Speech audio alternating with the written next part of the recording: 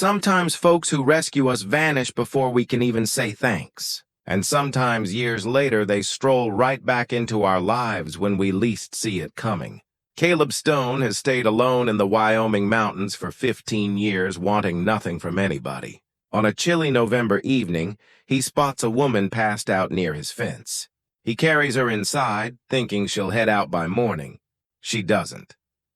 Days go by in quiet hanging out until she looks at him and asks, "Can you be my wife?" Those words jog something in his memory. He doesn't know her hands once yanked him back from dying in a spot he's tried to forget. Will the truth pull them together or rip them apart? Before we keep going, tell us where you're listening from. And if this story grabs you, make sure you're subscribed because tomorrow I've got something super special saved for you. The Wyoming Territory in November of 1882 was not a kind spot.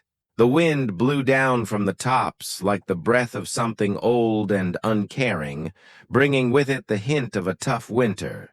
Up in the high country, where the pine trees grew thick, and the air got thin enough to make a guy's lungs work for every breath. Caleb Stone had made himself a life that asked nothing of the world and hoped for nothing back. His cabin sat in a small open spot he'd cut from the wild land 15 years ago. When he'd first come to these mountains with nothing but a pack on his back and a wish to vanish.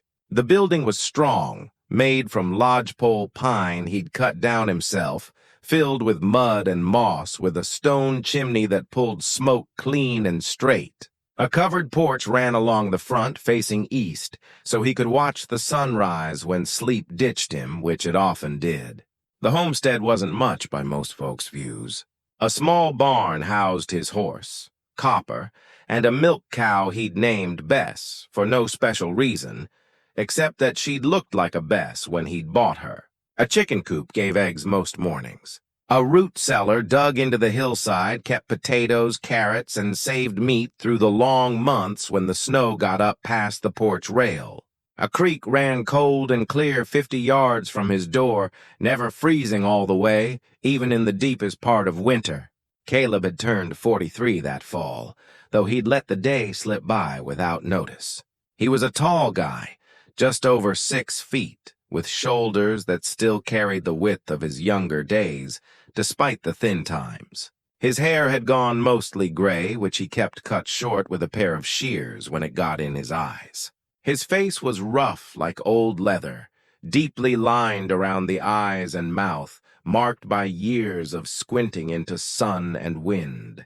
A scar ran from his left temple down to his jaw, a pale line through his beard that he'd stopped noticing long ago. His hands were what told the real tale.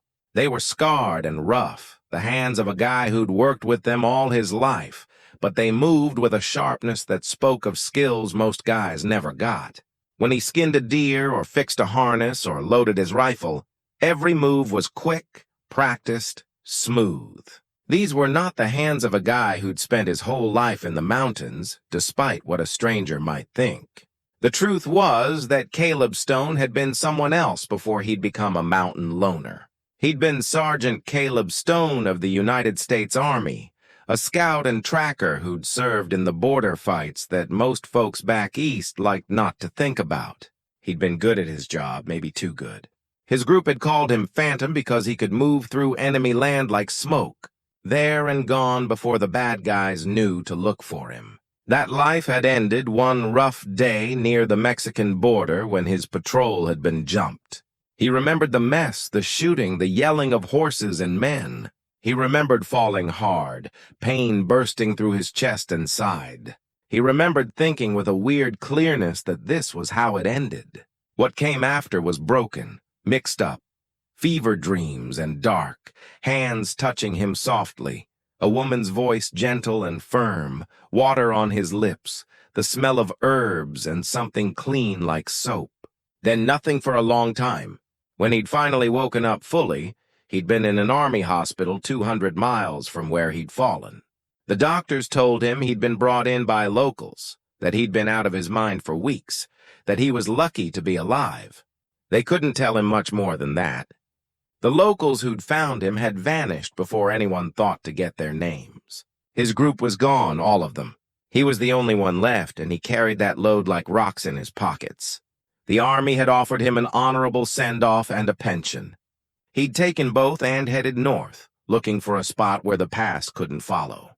He'd found this mountain, this open spot, this quiet.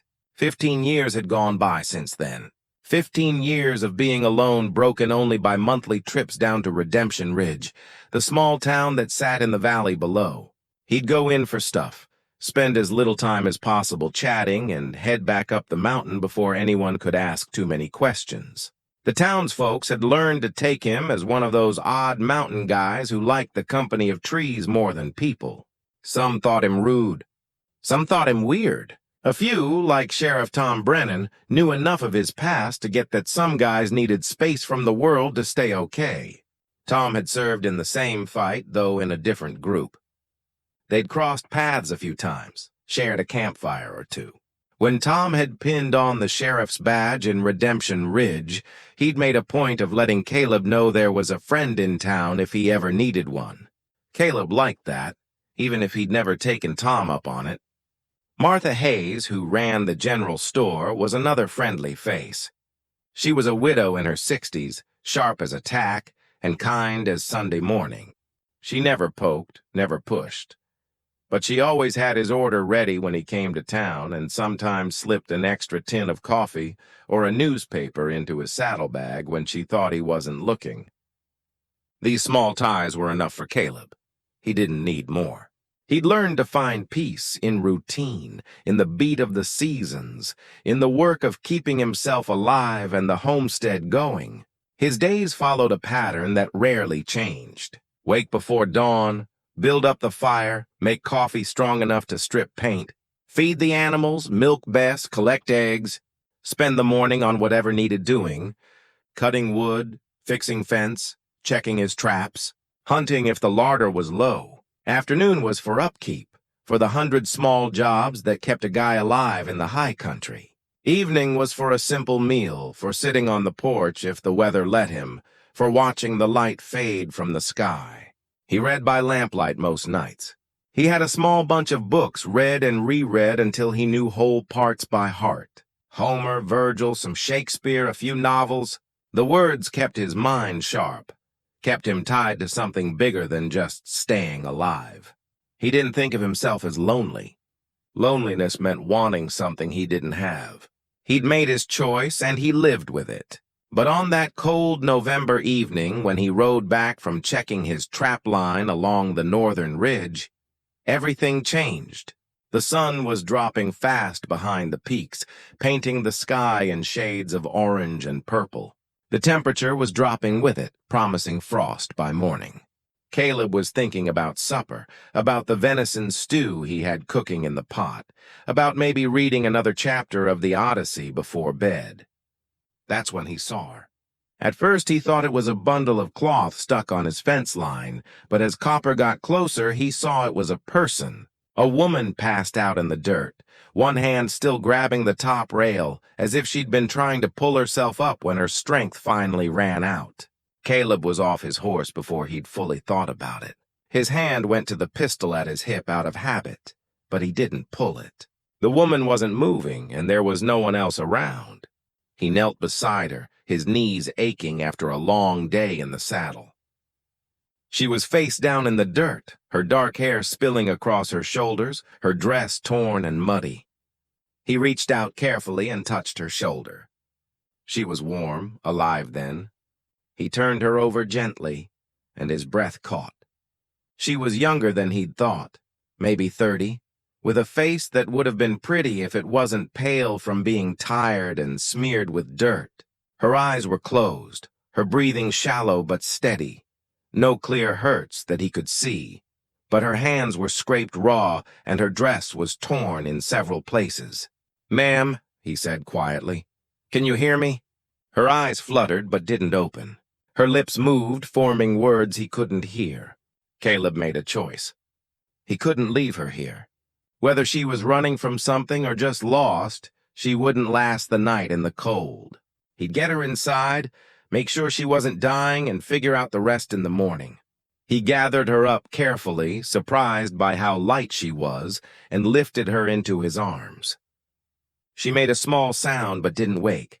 He whistled for Copper, who followed him back to the cabin without needing to be led. The fire had burned low while he'd been gone. He kicked the door open, carried the woman inside, and laid her carefully on his bed, the only bed in the cabin. He'd sleep on the floor or in the chair if needed. He built up the fire until it roared, filling the cabin with warmth. Then he lit the lamps and turned his attention to his surprise guest. Her dress was wrecked, but that mattered less than making sure she was okay. He checked her pulse, which was steady. Her breathing evened out as the warmth reached her. He cleaned the dirt from her face and hands with a damp cloth gently like he'd tend to a hurt animal. That's when he noticed her looking at him. Her eyes were open, dark and deep, watching him with a focus that made him freeze. She didn't seem scared, which struck him as odd. Most women would be terrified waking up in a strange guy's cabin in the middle of nowhere. Instead, she looked at him like she knew him. "You," she whispered, her voice rough from being tired. "You're alive." Then her eyes closed again, and she was asleep before he could ask her what she meant. Caleb didn't sleep that night. He sat in his chair by the fire, his rifle across his knees, watching the woman sleep and listening to the sounds of the mountain. Every creak of wood, every gust of wind against the shutters made his hand drift toward the rifle stock. Old habits died hard, and a stranger in his cabin, no matter how helpless she seemed, was reason for caution. She slept deeply, her breathing slow and even. In the lamplight, he could see her more clearly now. She had a fine-boned face, nice even when tired. Her hands, though scraped and dirty, were delicate, with long fingers that suggested she'd never done hard work. Her dress, under the mud and tears, had once been good fabric, the kind that cost real money. This was no frontier woman used to tough times, so what was she doing passed out on his fence line 20 miles from the nearest town? Dawn came slow and cold. Caleb made coffee, the smell filling the cabin with a familiar comfort. He was pouring his second cup when he heard her stir. She sat up slowly, wincing as her body complained about the movement. Her eyes found him right away, and for a long moment they just looked at each other across the small space of the cabin. "You brought me inside," she said. It wasn't a question. "Couldn't leave you in the cold," Caleb replied, his voice rough from not talking much. "You were near frozen." She looked around the cabin, taking in the simple stuff, the weapons on the wall, the books stacked on a rough-hewn shelf. Her gaze stayed on the coffee pot. "May I?" she asked. He poured her a cup and brought it to her. She wrapped her hands around it like it was special, breathing in the steam before taking a careful sip. She closed her eyes and something in her face relaxed. "Thank you," she said quietly. "You got a name?" Caleb asked, going back to his chair. "Elena," she said after a moment's pause. "Elena Vasquez. I'm Caleb Stone. This is my land." "I know," she said, then seemed to catch herself. I figured. There's no other homestead for miles." He let that go for now. "What were you doing out there, Elena Vasquez?" "That's a long walk from anywhere." Her hands tightened on the cup. "I was traveling. Got split from my group." It was a lie. Or at least not the full truth. Caleb had spent enough years reading guys' faces in big-risk spots to know when someone was holding back. But he didn't push. "Not yet." "Where were you headed?" "North," she said. "Just north. Running from something or running to something?" Her eyes met his, and he saw the fear there, kept in check, but real. "Does it matter?" "Might," he said. "If whatever you're running from decides to come looking, I'd like to know what I'm dealing with." She was quiet for a long time, staring into her coffee. When she spoke again, her voice was barely above a whisper. "Bad men," she said. "Men who won't stop looking until they find me." "What did you do?" "I saw something I shouldn't have seen." She looked up at him. "And I took something to protect myself. Evidence. Insurance, I thought. But it only made things worse." Caleb thought about this. "The law involved?" "The law won't help," she said with a bitter smile. "The man looking for me has the law in his pocket. Has everything in his pocket in 3 counties. You got a plan? Keep moving! Get far enough away that he stops looking. She set down the cup. I'll leave in the morning. I won't bring trouble to your door. You're in no shape to travel, Caleb said. And it was true. She was wiped out. Probably hadn't eaten right in days. And from the way she moved, she was dealing with hurts beyond the scraped hands. You can stay until you're stronger. Few days, maybe. Doubt flickered across her face. Why would you do that? Because leaving you to die doesn't sit right with me, he said simply. I'm not big on company, but I'm not a guy who turns away someone in need. She studied him for a long moment.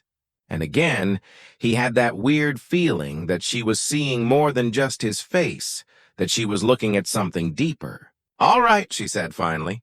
A few days, then I'll go. We'll see, was all he said. The days that followed fell into an unexpected beat. Elena turned out to be more handy than her fancy looks suggested. Despite Caleb's protests that she should rest, she insisted on helping around the cabin. She cooked, which was a big deal because Caleb's cooking was more about getting by than tasting good. She cleaned, organized, fixed his spare shirt where it had torn. She moved through his space with a quiet smoothness that didn't mess with his ways, but somehow made the cabin feel less empty. They didn't talk much at first. Caleb wasn't used to chatting, and Elena seemed okay with quiet, but slowly, in the way of people stuck close together, they began to share small bits of themselves. She told him she'd been a nurse in Santa Fe, working at a hospital there. She'd left after trouble she didn't explain, headed north, looking for a fresh start. She was smart, that much was clear. She spoke Spanish and English with equal ease, and once he caught her reading one of his books in Latin, her lips moving silently over the words. He told her about the mountain, about building the cabin, about the beats of life in the high country. He didn't talk about the war, and she didn't ask, though sometimes he caught her watching him with a look he couldn't read. On the third evening, after a simple supper of venison and beans, they sat by the fire while the wind howled outside. Elena had been quiet all day, and Caleb sensed she was building up to something. Finally, she turned to him, her face serious in the firelight. Caleb, she said, and the use of his first name surprised him. I need to ask you something. All right. She took a breath, seemed to steady herself. Can you be my wife? The words hung in the air between them, so unexpected that for a moment Caleb thought he'd heard wrong. What? Color rose in her cheeks, but she didn't look away. I'm sorry. I mean, can I be your wife? Will you marry me? He stared at her, trying to make sense of what he was hearing. Elena, I don't. Let me explain, she said quickly. I know how this sounds, but listen. Those men looking for me, they won't stop. I can't run forever.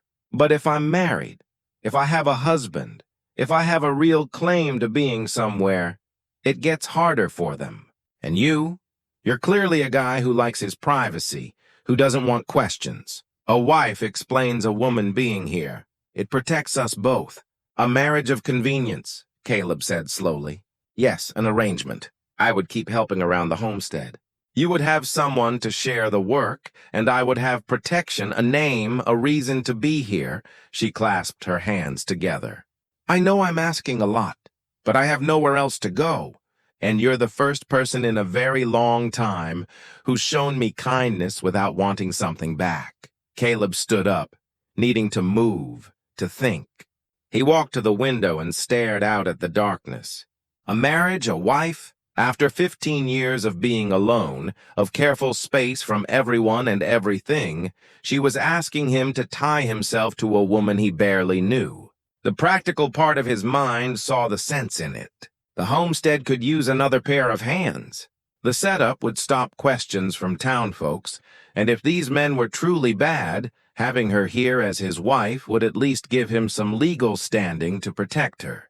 But there was another part of him, a part he'd thought long dead that stirred at the idea of not being alone, of having someone to talk to share meals with, to hear moving around the cabin, of waking up and knowing another person was there. It was that part that scared him most. What about after? He asked, not turning around. Say these men give up looking. Say you're safe. Then what?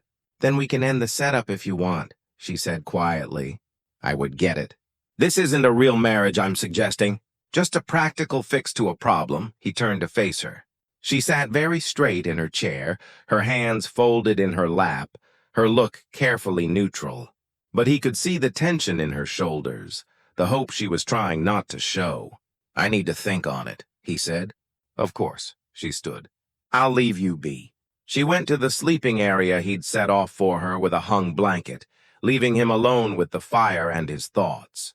Caleb sat back down, his mind spinning. Every gut feeling he'd sharpened over 15 years of being alone yelled at him to say no, to send her on her way as soon as she was strong enough to travel, to go back to his ordered, quiet life. But something else pulled at him, something he couldn't quite name. Maybe it was the loneliness he'd never admitted to feeling.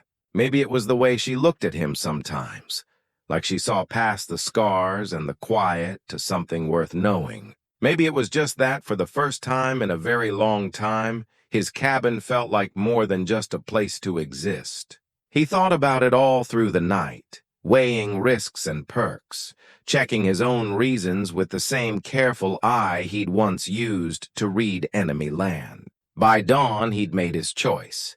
Elena was already up when he came out from his room, making coffee as if she'd done it 100 times. She looked at him, her look cautious and hopeful in equal parts. I'll do it, Caleb said without beating around. But we need to be clear about the rules. This isn't set up like you said. Separate sleeping spots, no hopes beyond what we've agreed to, and if either of us wants out, we talk about it straight. No tricks. Relief flooded her face so strong it was almost hard to... See? Yes, of course. Whatever rules you want. We'll need to go to town. Make it legal. Sheriff Brennan can witness. When? Soon as you're ready to ride.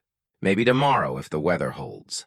She nodded, then crossed the room and held out her hand. Thank you, Caleb. You won't regret this. He took her hand, meaning to shake it, but instead found himself holding it for a moment longer than needed.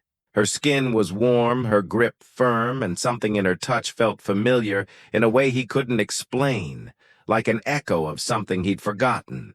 That night, as Caleb checked the edge before bed, he saw something that made his blood run cold. Tracks in the soft earth near the southern edge of his land. Horse tracks fresh within the last few hours. Multiple riders moving slow, like they were searching for something or someone. He wiped the tracks as best he could and headed back to the cabin, his hand on his pistol. Whatever was coming, it would be here soon. And now, whether he'd meant it or not, he was stuck standing between Elena and whoever was hunting her. Inside, he found a small silver locket on the table where Elena had been sitting. She must have taken it out while he was outside. He picked it up, meaning to give it back to her, but the clasp was loose, and it fell open in his hand. Inside was a faded photo of a young woman, Elena, maybe 10 years younger, and something else, a small piece of fabric stained dark with what looked like old blood. He closed the locket quickly and set it back down, a chill running through him that had nothing to do with the cold wind outside. Who was this woman really? And why did he feel like he was standing on the edge of something he couldn't see, something that would change everything once he got it? He had no answers, only questions, and the growing sure feeling that his quiet life was about to get a lot more mixed up.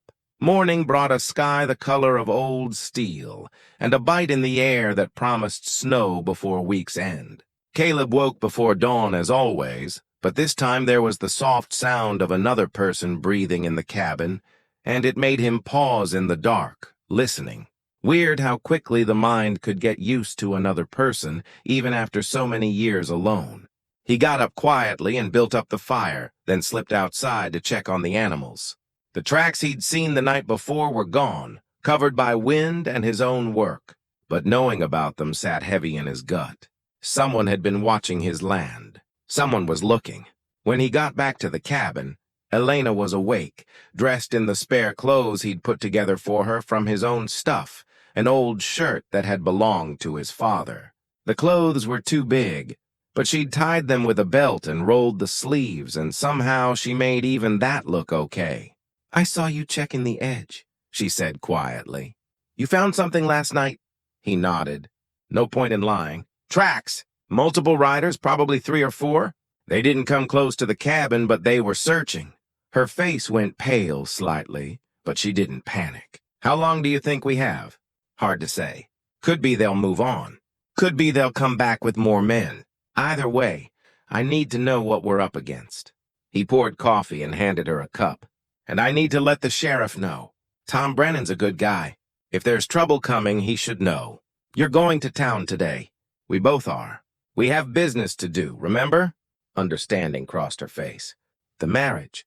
In the stress of the moment, she'd almost forgotten. Right. Yes. You up for the ride? It's 3 hours, maybe more in this cold. I can handle it. They ate a quick breakfast of cornbread and bacon. Then Caleb saddled Copper and the smaller mare he kept for packing stuff. Elena turned out to be a good rider, sitting the horse with ease despite being tired. Another piece that didn't quite fit with her story. How many nurses in Santa Fe learned to ride like they'd grown up doing it? The ride down the mountain was quiet, both of them lost in their own thoughts. The trail was narrow in places, winding through stands of pine and aspen, past rock faces that dropped away into nothing. Caleb led the way, always scanning the land with eyes that never stopped moving. Old habits, army habits coming back like they'd never left. Redemption Ridge sat in a valley where 2 creeks met. A bunch of wooden buildings lined up along a single main street. It wasn't much. A general store, a saloon, a church, a handful of houses, the sheriff's office, and a courthouse that also served as the mayor's office and meeting hall. Maybe 100 folks called it home, and most of them made their living from ranching or timber. It was mid-morning when they rode in and the street was quiet. A few heads turned as they passed, curious eyes taking in the sight of Caleb Stone with a woman riding beside him. Caleb ignored the looks and headed straight for the sheriff's office. Tom Brennan was at his desk when they walked in. Paperwork spread in front of him. He was a solid guy in his 50s, with iron gray hair and a rough face that had seen its share of trouble. When he looked up and saw Caleb, surprise crossed his features, followed quickly by worry. Caleb, Tom said, standing. Wasn't expecting to see you until supply day. His eyes moved to Elena. And you've brought company, Tom. This is Elena Vasquez. Elena, Sheriff Tom Brennan.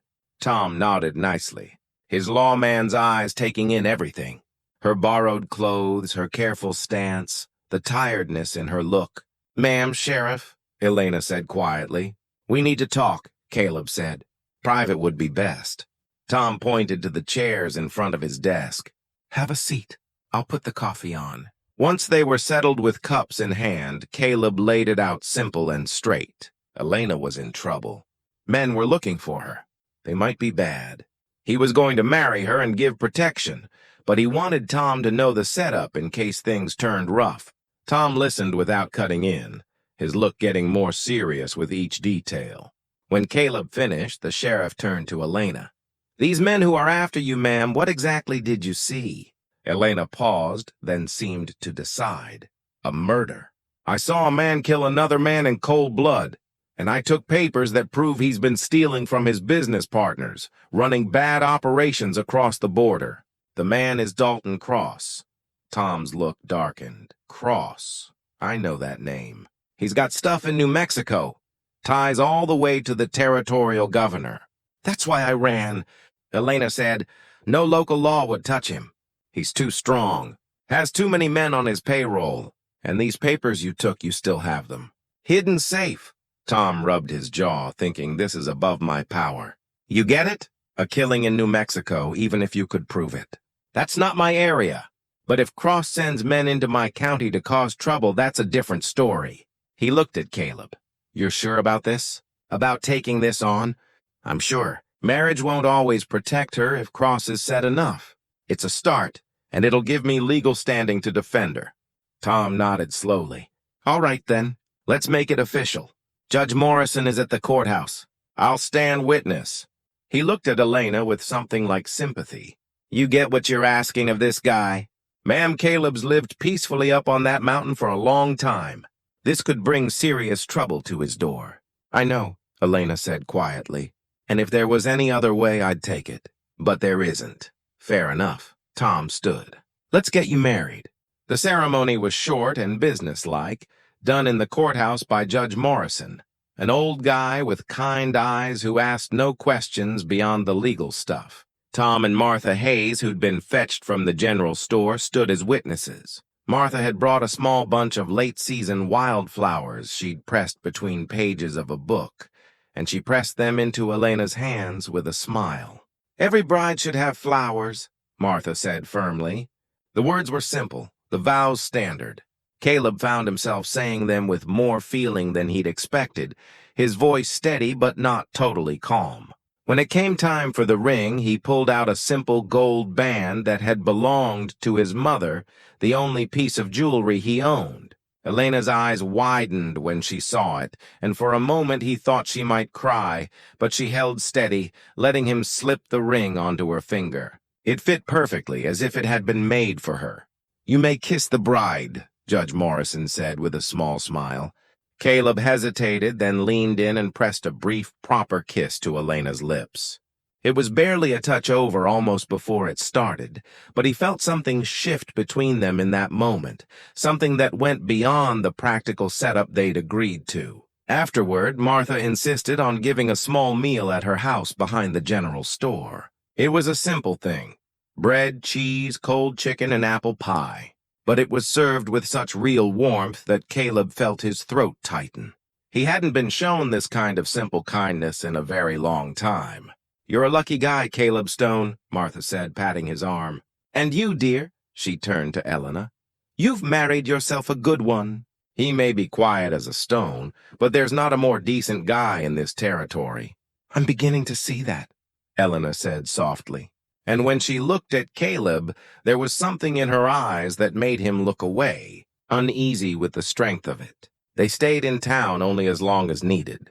Caleb bought extra supplies, bullets, saved goods, fabric for Elena to make proper clothes, and loaded everything onto the pack mare.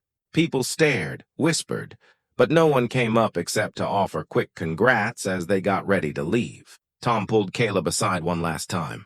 "I asked around while you were at Martha's," the sheriff said quietly. "Seems there were some rough-looking men through here 2 days ago asking about a woman traveling alone.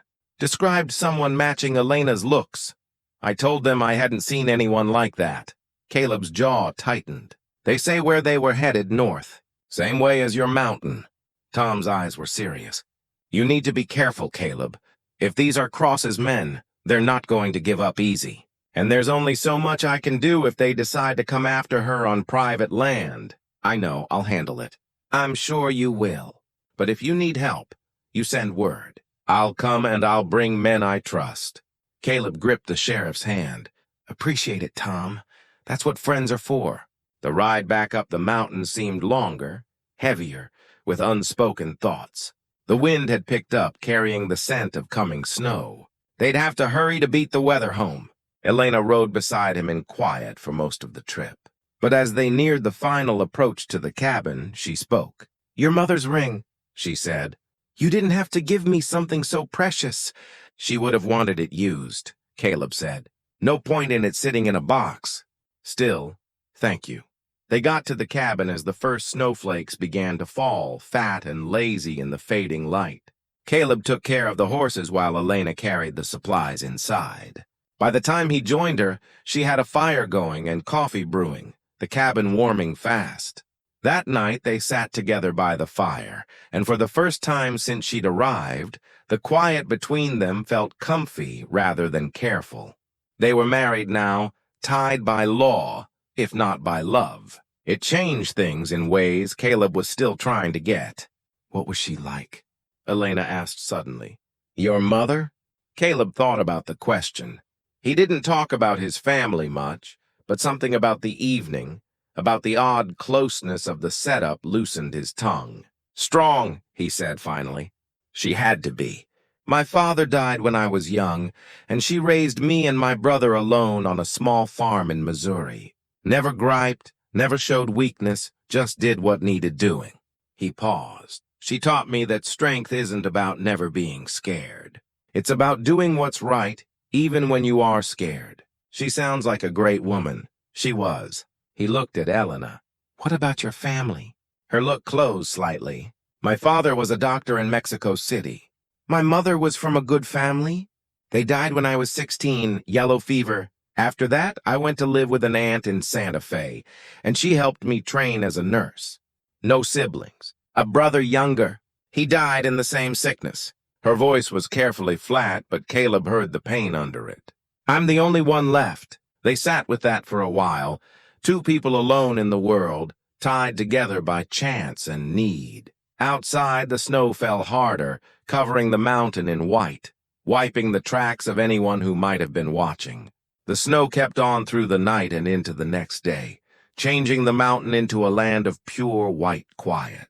Caleb woke to find Elena already up, standing at the window, watching the snow fall with a look he couldn't quite read. In the morning light, wearing one of his old shirts and a skirt Martha had given her, his mother's ring on her finger, she looked like she belonged here in a way that unsettled him. Never seen snow like this? She said without turning around. In Santa Fe, we got some, but nothing like this. It's beautiful. It's dangerous, Caleb said, joining her at the window. We're cut off now until it melts or packs down enough to travel. Could be days, could be weeks. Are we ready? We'll be fine. Got plenty of supplies. The animals are sheltered. Wood stacked high. We won't starve or freeze. He looked at her. But we're alone up here. Just us, I know.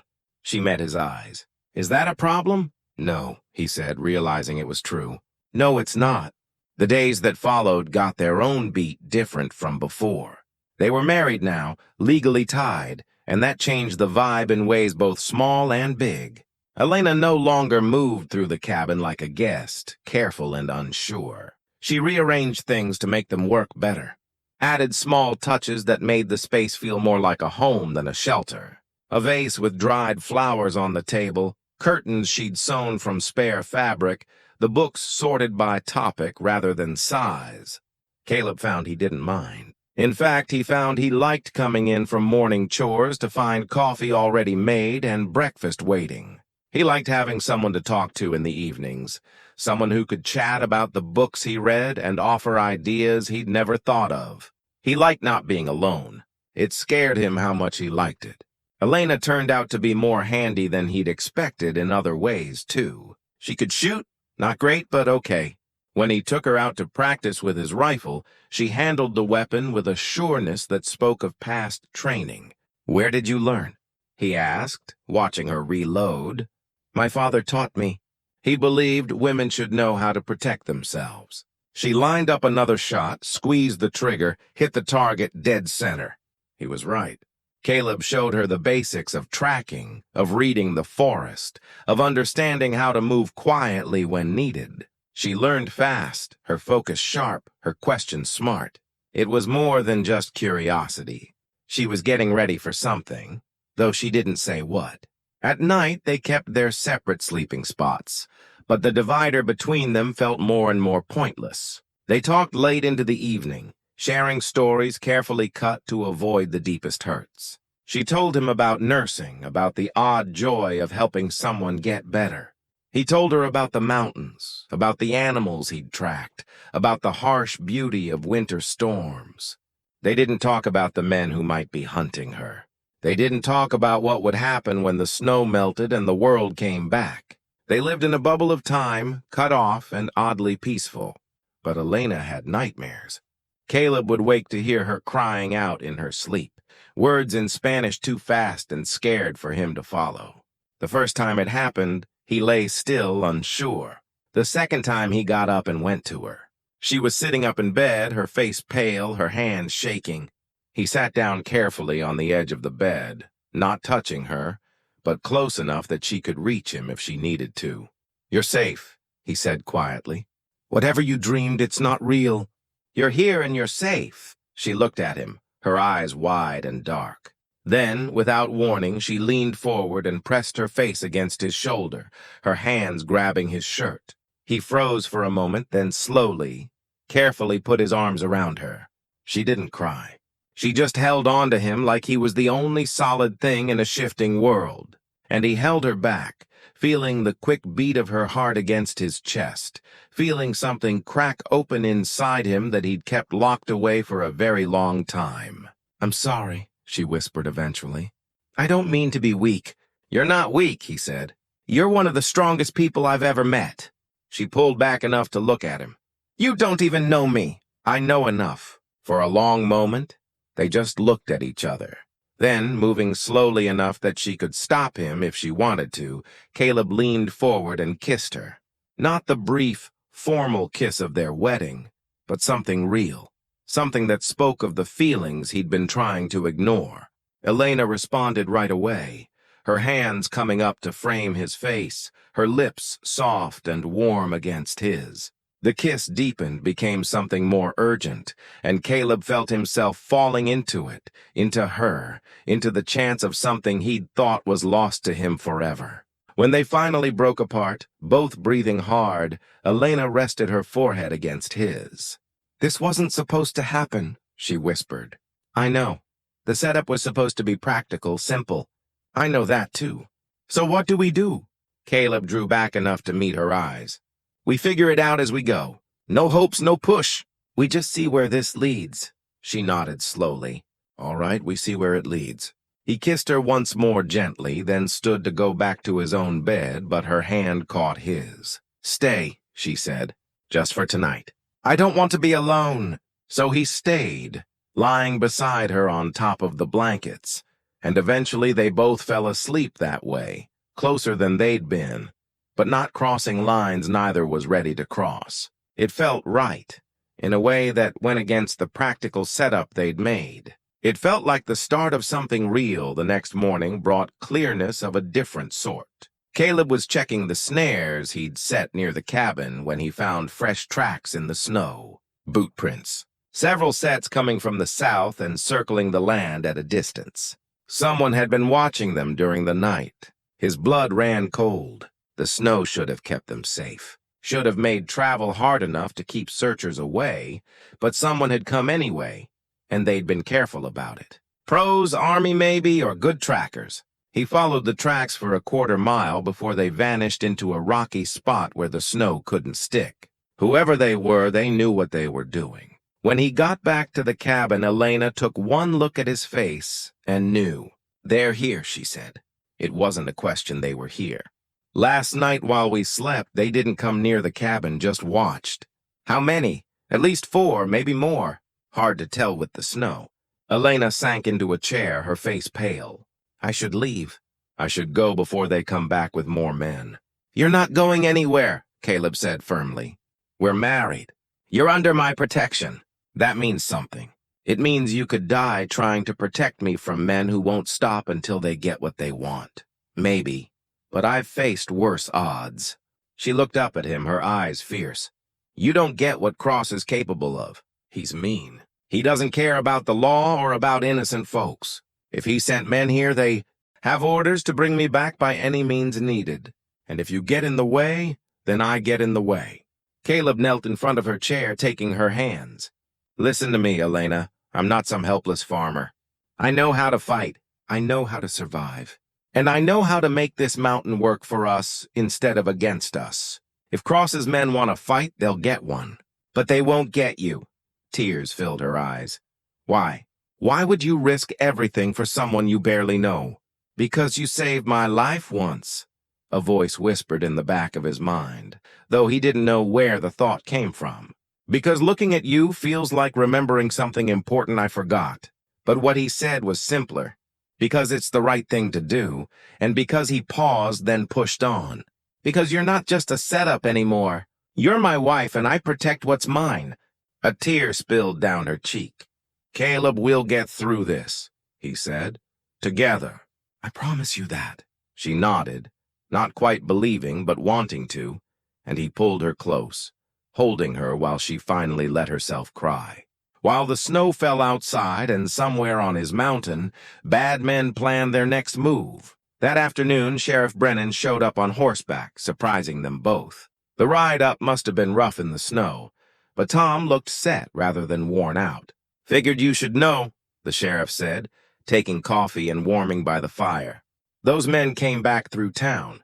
5 of them this time, well-armed, asking more direct questions. They know Elena's up here. They know you two got married, and they're not happy about it. Did they make threats? Caleb asked. Not straight. Too smart for that.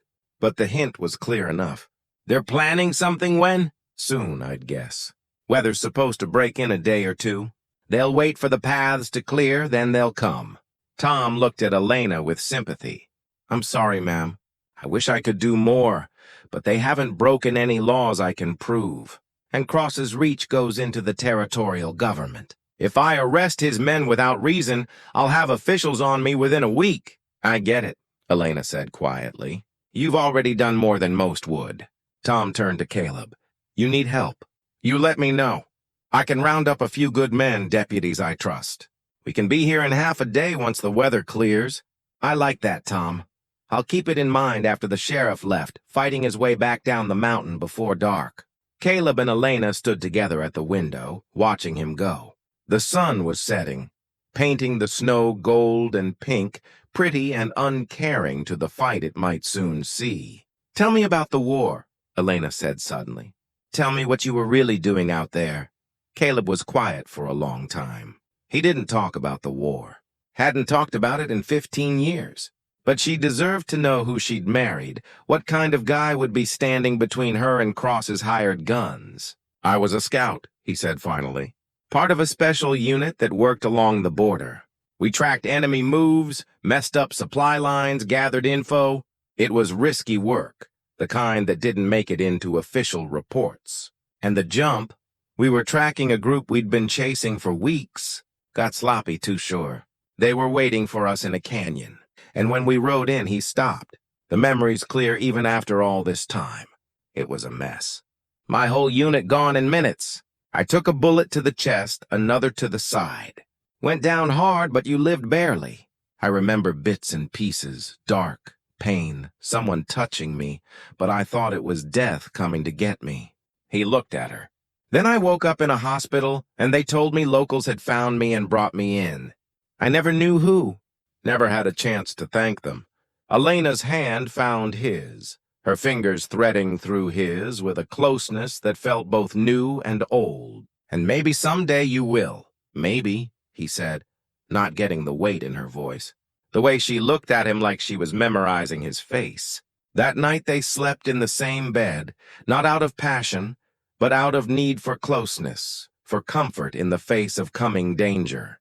Caleb held Elena against him, her head on his chest, listening to her breathe, and he thought about how weird it was that a month ago he'd been alone, okay in his alone time, wanting nothing from the world.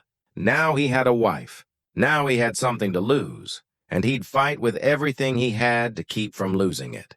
Winter tightened its hold on the mountain as January came, and with it came a weird time of waiting. The snow had stopped, but the cold stayed fierce, and the world felt hung between what had been and what was coming. Caleb used the time to get ready, to turn his homestead into something that could be defended if needed. He made the cabin's shutters stronger, added extra bars to the door. He stocked up ammo and placed weapons smartly around the land. He mapped out sight lines and defense spots, his army training coming back as easy as breathing. Elena watched him work with a mix of thanks and guilt, knowing that every step he took was because of her. But they also lived. That was the weird thing. In the spaces between getting ready and worry, they built something that felt a lot like a real marriage. They cooked together, Elena teaching him recipes she'd learned from her mother while he showed her how to prep game. They read together in the evenings, sometimes out loud, taking turns with parts from Homer or Shakespeare. They talked for hours about everything and nothing, about big ideas and politics, about dreams they'd once had and dreams they were just starting to picture. And they grew closer in ways that went beyond the body. There was a closeness in the small moments. The way Elena would reach out to fix his collar before he went outside. The way Caleb would pull her close when she shivered despite the fire. The way they moved around each other in the small space of the cabin with an ease that spoke of deep knowing. One evening, as they sat by the fire after supper, Elena tended to a small cut on Caleb's hand he'd gotten while chopping wood. He found himself watching her with a feeling he couldn't quite name. Her touch was gentle but sure, her fingers moving with practiced skill as she cleaned the wound and wrapped it with a strip of clean cloth. "You're good at this," he said quietly. "I should be. I've had enough practice." She tied off the bandage and looked up at him. "I was a battlefield nurse, you know, not just a hospital nurse. I chose to work at the aid stations near the fighting. That's risky work. Someone has to do it. And I was good at it." Her look turned far away, remembering. "I saw awful things. Men torn up by bullets and shells. Boys crying for their mothers. Soldiers who'd lost everything but refused to stop fighting. But I also saw bravery. Real bravery. The kind that makes you believe people can do amazing things. Is that where you learn to shoot? To track, partly. You learn a lot when you're that close to fighting. You learn to read situations, to move fast, to stay calm when everything around you is chaos." She paused, her hand still holding his. "I learned that the difference between life and death is often just someone caring enough to try, someone refusing to give up, even when it seems hopeless." There was something in her voice, in the way she looked at him, that made Caleb's chest tighten, like she was telling him something key, something he should get, but didn't quite grab. "You saved a lot of lives," he said. "Some," she agreed softly. "The ones I could reach in time that night." Their bond crossed another line.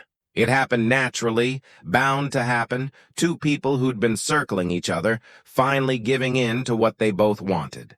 Afterward, lying tangled together in the warmth of the bed, Caleb felt something he hadn't felt in years. Hope, fragile and scary, but real. "What are you thinking?"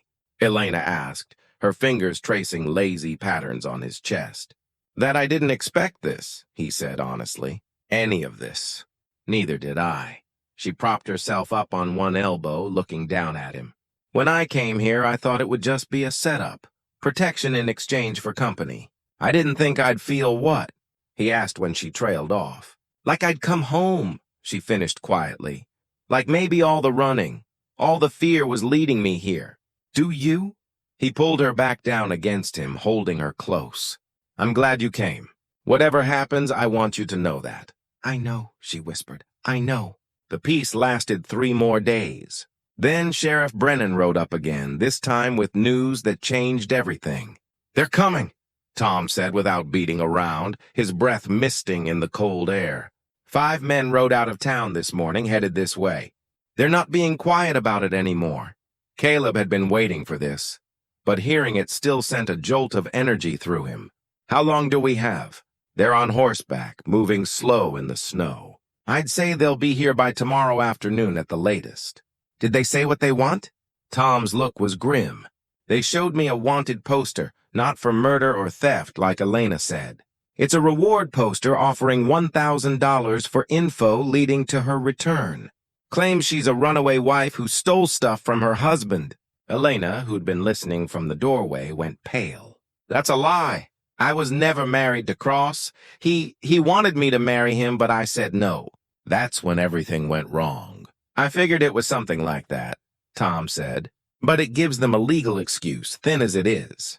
They can claim they're chasing a civil thing, getting back stolen stuff, and a runaway wife.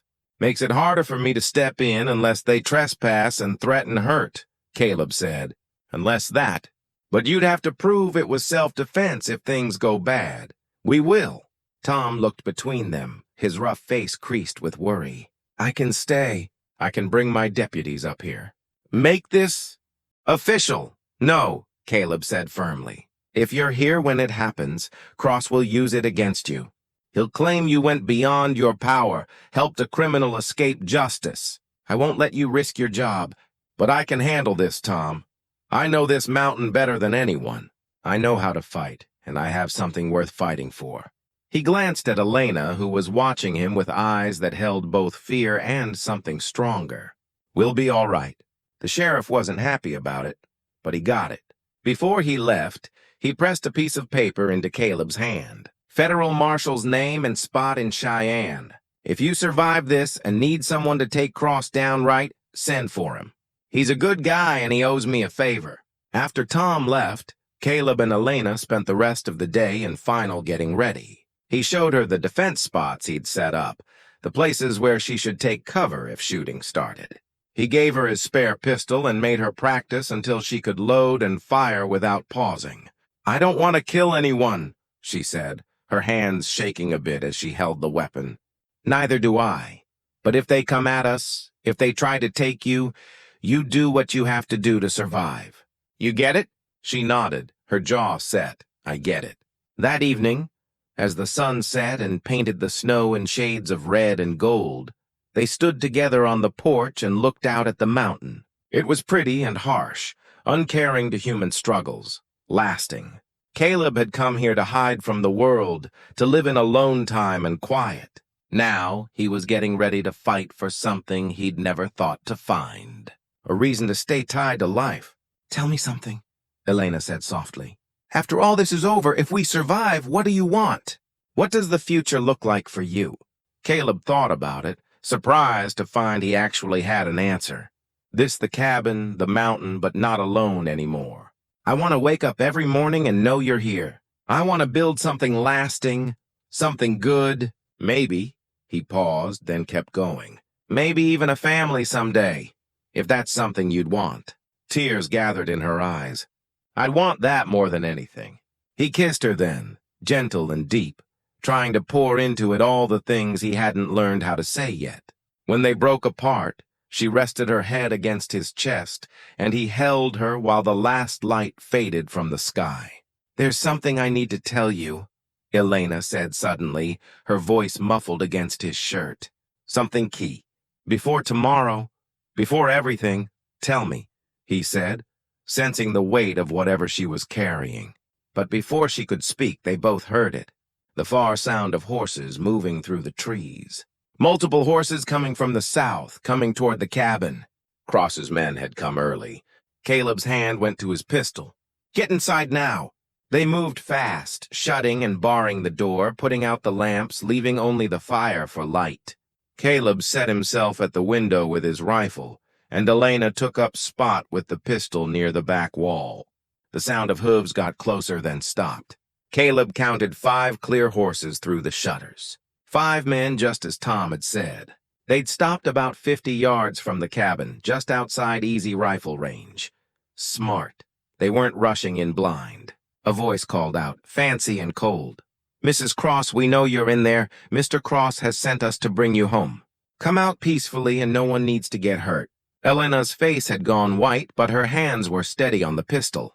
They moved through the forest like ghosts, staying low, using the land and the smoke from the burning cabin as cover.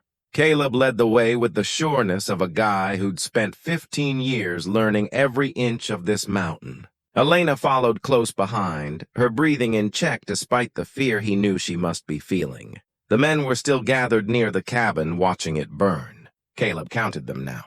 All 5 were visible, which meant no one was circling around. They thought it was over. That was their first mistake. Caleb and Elena made it to a rocky outcrop that gave them high ground and cover. From here they could see the full scene. The burning cabin, the 5 men, their horses tied in the trees beyond. The wind was carrying the smoke away from them, but toward the men, making them cough and wipe their eyes. "We can't fight them straight on," Caleb said quietly. "But we don't have to. We split them up. Take them one by one if we can. Make them scared of what they can't see. You've done this before." Elena said it wasn't a question in another life. He studied the men, picking out the leader, the young one who'd done most of the talking. That one would be bad, would keep the others together. But there was an older guy standing apart from the group, looking nervous, uneasy. That was the weak link. Caleb waited. Patience was as much a weapon as any rifle. After 20 minutes, the older guy walked into the trees, heading away from the group. Nature's call, probably. Caleb signaled to Elena to stay put and moved after him, silent as smoke. The guy never saw him coming. One moment he was alone in the trees, and the next, Caleb's arm was around his throat, cutting off air and sound. The guy struggled briefly, then went limp, not dead, just out. Caleb dragged him deeper into the forest and tied him with strips of leather he'd grabbed from the cabin tunnel. When the guy's eyes fluttered open, Caleb's knife was at his throat. "Make a sound and it's the last one you make," Caleb said quietly. "Nod if you get it." The guy nodded wildly, his eyes wide with terror. "Good. Now, we're going to have a chat. Who hired you?" "Dalton Cross," the guy gasped when Caleb eased the knife back a bit. "He's in New Mexico. Paid us $1,000 each to bring the woman back. Dead or alive? Alive if possible. Dead if needed," the guy swallowed hard. "But he wants the papers she took. That's what he really cares about. What happens if you bring her back? She vanishes. Cross has ways of making people vanish. And anyone who helped her?" The guy's eyes begged. "Look, mister, I'm just hired help. This isn't personal. Let me go and I'll ride out of here. I won't come back. You'll forgive me if I don't trust that. I swear it. I didn't sign up to die on some frozen mountain. The money isn't worth it," Caleb thought about him. The guy was scared, real in his fear. He wasn't a hard criminal, just someone who'd made a bad choice for money. "I'm going to give you a chance," Caleb said finally. "Your friends think you're dead or run off. Stay quiet for the next day, and when this is over, you walk away. Try to warn them or come after us, and I'll put a bullet through your skull. Clear? Crystal clear. Thank you. Thank you." Caleb gagged him and moved back toward Elena's spot. 4 men now instead of 5. Better odds. When he rejoined her, the remaining 4 men were searching the smoking remains of the cabin, clearly looking for bodies. They weren't finding any, and confusion was setting in. "Where's Mitchell?" One of them called out, probably taking his time in the woods. Another replied, "You know how he is," but the young leader wasn't happy. He was scanning the trees, his hand on his pistol. "Something's wrong. The bodies should be in there, and Mitchell's been gone too long." "Maybe they got out," a third guy said nervously. "Then we find them." The leader started giving orders, splitting the men up to search. "Reynolds, you check north." "Carter, south." "I'll go west. Stay in sight of each other. If you find them, fire 2 shots. They were spreading out, which played into Caleb's hands. But it also meant Elena was in more danger. He couldn't protect her and hunt the men at the same time. "Give me the papers," he said quietly. "What? Why?"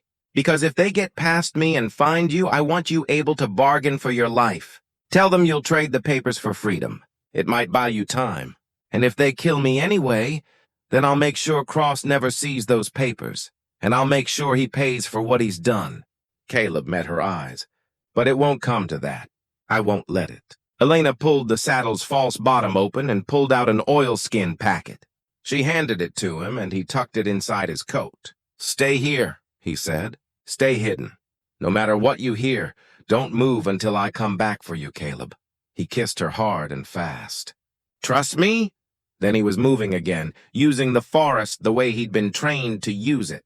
The guy called Reynolds was heading north, away from the others, his rifle held ready, but his moves unsure. Easy target. Caleb let him pass, then stepped out behind him. "Drop the rifle." Reynolds spun, going for his pistol. Mistake. Caleb's rifle butt caught him in the temple, and he went down like a cut tree. Another one down. 3 left, but the leader had heard the noise. 2 gunshots rang out, not from finding Elena, but a signal. The remaining men were grouping back. Caleb moved to cut them off, but as he rounded a boulder, he came face to face with Carter. They both froze, rifles pointed at each other, fingers on triggers. "Well," Carter said calmly, "this is a spot." "It is," Caleb agreed. "You're the mountain guy." "The one who married Cross's woman." "She's not his woman." "She's my wife. That's a matter of view." Carter was older than the others, maybe 50, with gray in his beard and scars on his face. "A vet. I've got no personal stake in this. I'm just here for the money. But I can't let you kill my bosses and walk away. Then we've got a problem." They stood there, 2 guys who'd both seen war, both knowing that whoever moved first would likely die. The standoff stretched. Then Elena screamed. Caleb's focus flickered for just a split second, but it was enough. Carter's rifle moved, and Caleb threw himself sideways as the shot rang out. He hit the ground hard, his own rifle flying from his hands. Carter moved forward, working the lever on his rifle for another shot. Caleb rolled, his hand, finding his pistol, drawing and firing in one smooth move. The bullet took Carter in the shoulder, spinning him around. The second shot was more on purpose, hitting center mass. Carter went down and didn't get up. Caleb got to his feet, his heart pounding. Elena's scream. He ran toward where he'd left her, fear giving him speed despite the height and effort. He found them at the outcrop. The young leader had Elena by the arm, his pistol pressed to her head. The fourth guy stood nearby, rifle aimed at the way Caleb had to come. "There you are," the leader said with a cold smile. "I had a feeling you'd come running when she called out." Caleb stopped, his pistol aimed, but useless. He couldn't shoot without risking hitting Elena. "Let her go." "I don't think so." "She's our ticket out of here, aren't you, sweetheart?" The leader jerked Elena closer. "Here's what's going to happen. You're going to drop your weapons and step back. We're going to take Mrs. Cross, or is it Mrs. Stone now, and ride out of here. In a day or two, once we're clear, we'll let her go. Maybe. You're lying. Probably. But what choice do you have?" Caleb looked at Elena. Her face was pale, but her eyes were fierce, not scared. And in them, he saw something that made his breath catch, knowing deeper than anything he'd seen before. Like she was looking at someone she'd known her whole life. "I'm sorry," she said softly. "I should have told you before. I should have told you that 8 years ago near the Mexican border I found a dying soldier after a jump. I hid him in an old mission, nursed him back from the edge of death. For 2 weeks I fought for his life while he burned with fever and called out names in his sleep. His call sign was Phantom. That soldier was you, Caleb." The words hit him like a hard hit. Memories rushed back, broken pieces suddenly fitting together. The gentle hands, the woman's voice, the feeling of being safe despite the pain. It had been her all along. It had been her. "You," he whispered. "I tracked you over the years," Elena kept on, tears streaming down her face. "I wanted to tell you, wanted to thank you for living, but I was scared. Scared you'd feel you owed me. And then when I needed help, when I was running, I came here because I knew you were a good guy. Because I'd seen you fight for life with everything you had. I came here because—" Her voice broke. "Because I fell in love with you 8 years ago when I pulled you back from death. And I never stopped." The leader laughed. "How touching. A reunion. Too bad it ends with both of you dead." But something had changed in Caleb. The truth had unlocked something, had given him clearness he hadn't had before. This woman had saved his life, had loved him before she'd even known him, had risked everything to come to him when she needed help. He wasn't going to let her die. "You want to know why they called me Phantom?" Caleb said quietly. The leader's smile slipped. "What?" "Because I was already dead before I came for you." And then Caleb moved. The move was born of need and training.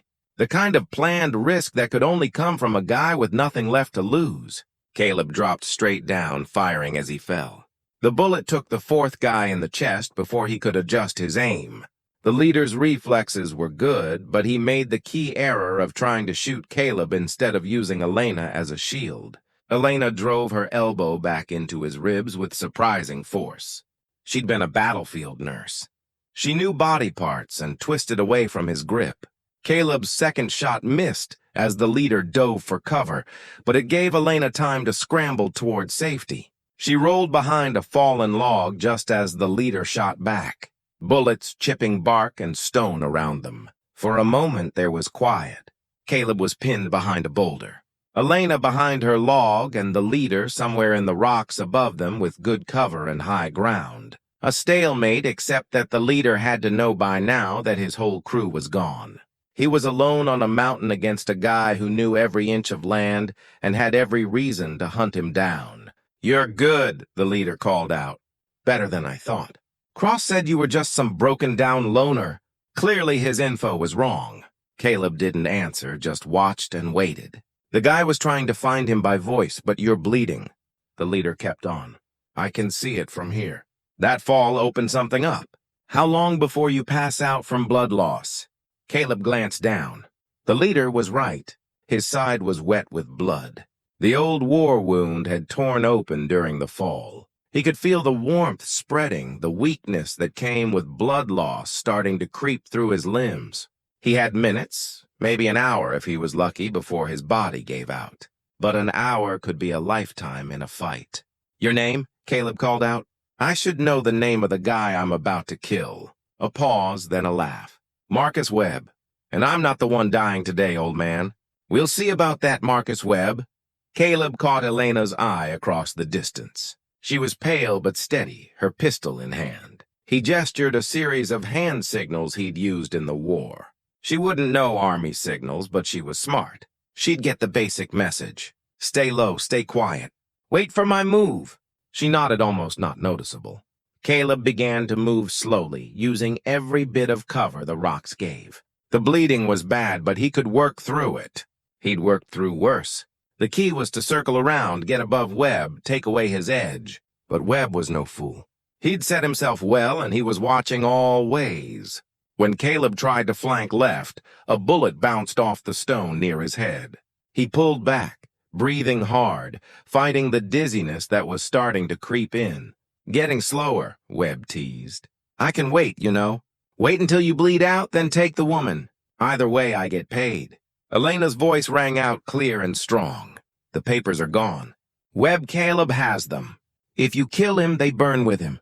Cross gets nothing, then I'll take them off his body. Good luck finding him. This mountain has 1,000 places to hide a body. You could search for years." There was quiet as Webb thought this through. Elena had just changed the setup. Now Webb needed Caleb alive, at least long enough to get the papers. It bought them time, but it also made the spot more mixed up. "Smart woman," Webb called out. "But it doesn't change anything. Stone can't run forever. Not in his shape. He needs doctor help. So here's my counteroffer. Stone comes out, hands over the papers, and I let you both live. I ride away, tell Cross the papers were burned in the fire, and everyone goes home happy. Except Cross sends more men," Caleb said. "Maybe, but that's a problem for another day. This day, you get to keep breathing." Caleb looked at Elena again. She shook her head firmly. No deal. She'd rather die than let Cross get away with his crimes. And looking at her face, at the set there, Caleb got that she wasn't just running from a bad guy. She was fighting for something bigger, for justice, for truth, for all the folks Cross had hurt and would hurt if he wasn't stopped. She'd saved Caleb's life once. Now it was his turn to save hers, and maybe in doing so save a lot more. He checked his ammo. 3 bullets left in the pistol. The rifle was somewhere back where he dropped it. 3 bullets against a well-set foe who knew he was hurt and getting weak. Not great odds, but he'd lived through worse odds before. The memory came back fully now, triggered by Elena's news. The jump, the bullets tearing through him, lying in the dirt, drowning in his own blood, sure he was dead. Then the hands, gentle but strong, dragging him to safety. The mission, cool stones against his hot skin. The woman's face, young and set, telling him he wasn't allowed to die. He remembered her voice singing in Spanish, soft songs that kept him tied to life when he wanted to let go. He remembered her hands changing his bandages, the sting of herbs she used to fight infection. He remembered glimpses of her face through the fever, worried and fierce. And he remembered the moment the fever broke when he'd opened his eyes fully for the first time and seen her clearly. She'd been crying, tears of relief streaming down her face, and she'd whispered, "You're going to live. Thank God you're going to live." Then he drifted back into sleep. And when he woke again much later, he was in a hospital and she was gone. He'd asked about her, but no one knew anything. The locals who'd brought him in had vanished. He'd thought maybe he'd dreamed her, a fever dream born of need. But she'd been real. Elena had been real, and she'd loved him even then. This stranger she'd fought death to save. The weight of that gift, of that give-up, settled over him. She'd given him his life. Now he would give her hers. "Webb," Caleb called out, "I'm coming out. But first, I want your word that Elena goes free. Whatever happens to me, she walks away." "Caleb, no." Elena's voice was sharp with panic. "My word means nothing," Webb replied.